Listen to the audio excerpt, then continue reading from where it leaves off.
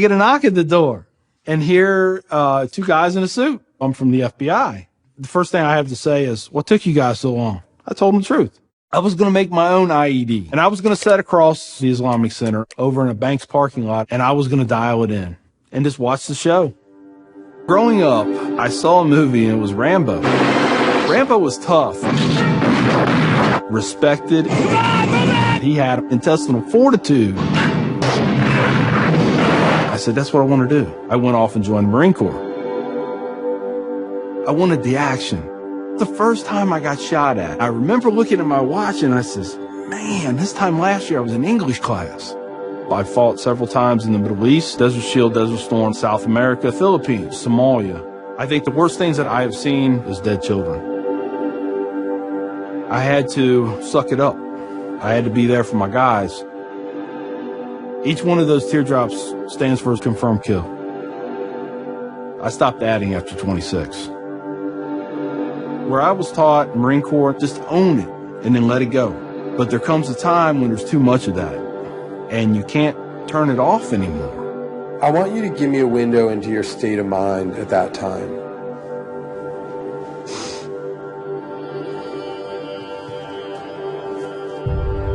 One time, my wife and I went to a DSW, and I saw in the distance these two women in black burqas in my store. I cried as I prayed for enough strength to go over there and break both their necks. I was just angry. I was just full of hate, and it just fed off itself. At that point, I was drinking a half-gallon of vodka every 2 days. I had devised a plan, create my own IED, homemade bomb, and I was going to set it off right outside the Muncie Islamic Center. 200 plus killed or injured. That was the plan.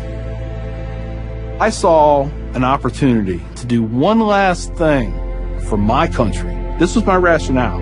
I knew I would end up in a federal prison with a needle in my arm. I didn't care my hatred of Islam. It was the only thing that was keeping me alive. So one day my daughter comes home, second grade maybe. She was telling me about this little boy who sat across from her. His mom came to get him. She said she had scarves on her and she had a dress all the way down to her feet and you couldn't see her on nothing but her eyeballs. At that point I snapped. Started spewing things out of my mouth that should never be said in front of children or anything.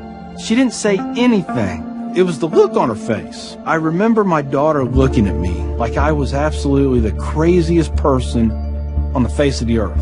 She was my little buddy. And she used to say we were road dogs. I know, I saw it in her eyes. I made her question that love. And that's when the light bulb came on. I decided to give the people of this community one more chance. So I went to the Islamic Center, see a gentleman in the shoe room taking off his shoes. He looks at me and he smiles. He said, can I help you? And I said, yeah, I want you to teach me about Islam. So he went and he gave me a Quran. Read this. Come back when you have questions. So I did. And I would see things in the book. I'd be like, there it is. I got them right there. Explain that to me. And they would. This was a kind of awakening. Long story short, 8 weeks after that first day I stepped into the Islamic Center, I became a Muslim.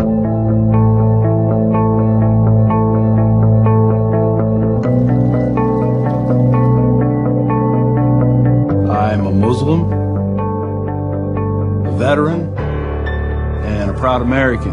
I had learned that I was completely wrong about everything that I felt.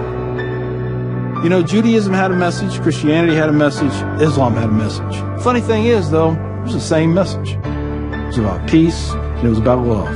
Please join me in welcoming Mr. McKinney. My big thing is now to stop the hate. Nothing good has ever come out of hatred. I've done too many things. I've hurt a lot of people. I have to live with that. But if I can stop somebody else on the path of non-forgiveness, I won.